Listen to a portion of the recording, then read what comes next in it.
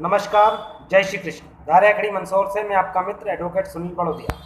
मित्रों, आज 15 अगस्त है। आज़ादी के अमृत महोत्सव की आप सभी को बहुत बहुत बधाई, शुभकामनाएं। और मैं परमात्मा से प्रार्थना करता हूं कि आपकी स्वतंत्रता, आपकी आज़ादी हमेशा अक्षुण्ण रहे, हमेशा बरकरार रहे। वैसे मेरा जहां तक ऐसा मानना है कि 15 अगस्त 1947 को हम लोग स्वतंत्र हुए थे। आज़ाद तो चूंकि परमपिता परमात्मा के अतिरिक्त कोई हो ही नहीं सकता है। तो जो स्वतंत्रता हमको मिली है, अर्थात हमने अपने स्वयं के नियम, स्वयं के कानून बनाए और उन स्वयं के नियम और कानून में बंधने का हम लोगों ने प्रण लिया। स्वतंत्रता की सबसे बड़ी देन जो हम लोगों को प्राप्त हुई है वो है हमारे देश का संविधान। और हमारे देश का संविधान हमको देता है अभिव्यक्ति की स्वतंत्रता। नागौर की एक सभा में पंडित नेहरू जी से एक बार एक महिला ने खड़े होकर कहा कि पंडित जी, देश जरूर आज़ाद हो गया है, लेकिन इस आज़ादी से हमको क्या मिला, हमें क्या प्राप्त हुआ? क्या हमारी गरीबी समाप्त हो गई? क्या हमारे साथ जो छुआछूत है वो समाप्त हो गया?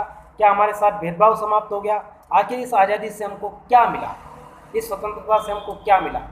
तो पंडित नेहरू जी ने जवाब दिया कि स्वतंत्रता से तुम्हें ये मिला कि आज तुम इस देश के प्रधानमंत्री के सामने खड़े होकर बोलने की हिम्मत रख रही हो, देश के प्रधानमंत्री से सवाल करने की हिम्मत कर रही हो। ये तुम्हें स्वतंत्रता से प्राप्त हुआ है, ये तुम्हें आज़ादी से प्राप्त हुआ है। तो ये जो अभिव्यक्ति की स्वतंत्रता है, ये अभिव्यक्ति की स्वतंत्रता आपको ये अधिकार देती है कि आप किसी भी व्यक्ति से प्रश्न कर सकते हैं, किसी भी व्यक्ति से पूछ सकते हैं। यदि कोई गलत हो रहा है तो उस गलत के खिलाफ आप अपनी आवाज़ को बुलंद कर सकते हैं, आप अपनी आवाज़ को मुखर कर सकते हैं।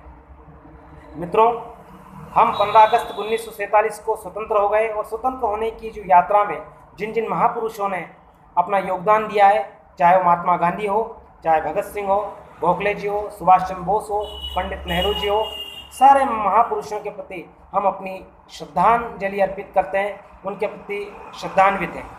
मित्रों, ये जो आज़ादी है, इस आज़ादी को अक्षुण्ण रखने का कार्य, इस आज़ादी को बरकरार रखने की जवाबदारी इस हम सब के ऊपर है। हम सब का ये दायित्व है कि आज़ादी बरकरार रहे। और आज़ादी तभी बरकरार रहेगी जब हम को जो अधिकार हमारी आज़ादी ने दिए हैं, हमारी स्वतंत्रता ने जो हमको अधिकार दिए हैं, वो स्वतंत्रता के द्वारा दिए हुए अधिकारों का हम प्रयोग करें और अपने कर्तव्यों का पालन करें। हमारा संविधान कर्तव्य और अधिकार दोनों की बात करता है। हम अधिकारों के प्रति अवश्य सजग हैं, लेकिन कई बार कर्तव्यों के प्रति हम च्युत हो जाते हैं, कर्तव्यों के प्रति हम लोगों का ध्यान नहीं जाता है। तो हम कर्तव्यों के प्रति भी ध्यान दें और अपने अधिकारों का भी सजगता के साथ पालन करें। वर्तमान में हमारे लोकतंत्र की जो सबसे बड़ी गंभीर समस्या जो हमें दिखाई दे रही है वो है भ्रष्टाचार। चाहे निर्माण कार्य में हो या कहीं पर भी हम देख लेते हैं, यत्र तत्र हमको भ्रष्टाचार दृष्टिगोचर होता दिखाई देता है। नए नए ब्रिज बनते हैं, नई नई पुलें बनती है और पहली बारिश में वो पुलें ढह जाती है, वो ब्रिज उखड़ जाते हैं। मित्रों, क्यों हो रहा है ऐसा? क्योंकि हम सब लोगों ने अपनी जो आवश्यकताएं हैं वो इतनी ज़्यादा बढ़ा ली है कि उनको पूरा करने के लिए हम लोगों को कहीं ना कहीं अनैतिक तरीके से, गलत तरीके से भ्रष्टाचार करके पैसा कमाना पड़ रहा है। तो सबसे पहले हम लोग अगर अपनी आवश्यकताओं को अगर न्यून कर सकते हैं, अपनी आवश्यकताओं को कम कर सकते हैं, तो फिर हमें भ्रष्टाचार करने की आवश्यकता नहीं होगी। और जो लोग भ्रष्टाचार कर रहे हैं उनके खिलाफ हम अपनी आवाज़ उठाएं, हम मुखर हों। क्योंकि चाहे कितने भी कानून बन जाए, मैं खुद विधि का विद्यार्थी हूँ, विधि के क्षेत्र से जुड़ा हुआ हूँ, तो मुझे पता है कि कितने ही कानून बन जाए, जितने कानून बनेंगे उनसे निकलने के तरीके भी लोग निकाल लेंगे, उनसे बचने के तरीके लोग निकाल लेंगे। हमारे यहाँ भ्रष्टाचार के लिए भी भ्रष्टाचार के खिलाफ कानून बने हुए, भ्रष्टाचार निवारण अधिनियम बने हुए, लेकिन उन अधिनियमों में से कोई लाभ नहीं मिला है। कई बार अधिकारी जो है रिश्वत लेते हुए पकड़े जाते हैं और वो अधिकारी बच भी निकलते हैं। कारण क्या है? कारण ये है कि हमारे कानून में भी कई बार कुछ कमियां हैं, कुछ लेकुन हैं, जिनके कारण व्यक्ति बच निकलता है।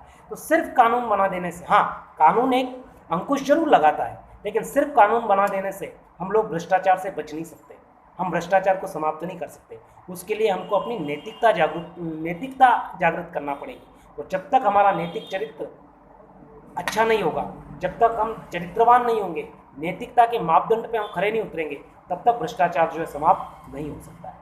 और भ्रष्टाचार को समाप्त करने के लिए आप और हम सबको चाहिए कि जहाँ गलत हो रहा है वहाँ पर हम उसका विरोध करें, उसकी शिकायत करें। क्योंकि हमारे यहाँ जब देश आज़ाद हुआ, स्वतंत्र हुआ, तो उसके पश्चात विधि का शासन हमारे यहाँ लागू हुआ, रूल ऑफ लॉ हमारे यहाँ लागू हुआ। और वो विधि का शासन ये कहता है कि जो गलत करेगा उसको दंडित किया जाएगा, गलत करने वाले को सजा मिलेगी, गलत करने वाले को दंडित किया जाएगा, पनिशमेंट दिया जाएगा। तो मित्रों, हम लोग ये कोशिश करें कि जहाँ गलत हो रहा है वह हम उसके खिलाफ आवाज़ उठाएं। अगर आप मौन रह गए तो निश्चित रूप से भ्रष्टाचारियों के हौसले बुलंद होंगे और वो भ्रष्टाचार अधिक से अधिक करेंगे। और फिर बाद में हम लोग अगर कहते रहेंगे कि ऐसा हो रहा है, देश में तो भ्रष्टाचार हो रहा है, अंग्रेजों के ज़माने की बिल्डिंगें तो आज तक चल रही है और ये 2 साल पुरानी बिल्डिंगें गिर गई है, सिर्फ ऐसा कह देने से कुछ नहीं होगा। अंग्रेजों के ज़माने के पुल चल रहे हैं और हमारे ब्रिज तो 2 साल में उखड़ रहे हैं, ऐसा नहीं होगा। हम लोगों को उस गलत के खिलाफ आवाज़ उठाना पड़ेगी, प्रॉपर फोरम पर जाके हमको आवाज़ उठानी पड़ेगी। और उस गलत के खिलाफ यदि हम विद्रोह करेंगे तो निश्चित रूप से, विरोध करेंगे तो निश्चित रूप से हमको सफलता प्राप्त होगी। और महात्मा गांधी ने हमको बहुत बड़ा हथियार दिया है कि हम अनशन कर सकते हैं और अहिंसक तरीके से सत्याग्रह कर सकते हैं, धरना दे सकते हैं, आमरण अनशन कर सकते हैं और उसके द्वारा हम सरकार को चेता सकते हैं कि यहाँ पर भ्रष्टाचार हो रहा है, उसको लगाम लगाई जाए। और कुछ नौजवान, कुछ लोग भी अगर इस तरह से तैयार हो गए जिन्होंने भ्रष्टाचार के खिलाफ मुखर होना शुरू कर दिया, तो निश्चित रूप से यकीन मान के चलिए कि भ्रष्टाचार रूपी जो राक्षस इस लोकतंत्र की जड़ों को खोखला कर रहा है, तो निश्चित रूप से समाप्त होगा और हमारा जो ये लोकतंत्र है ये अक्षुण्ण बना रहेगा।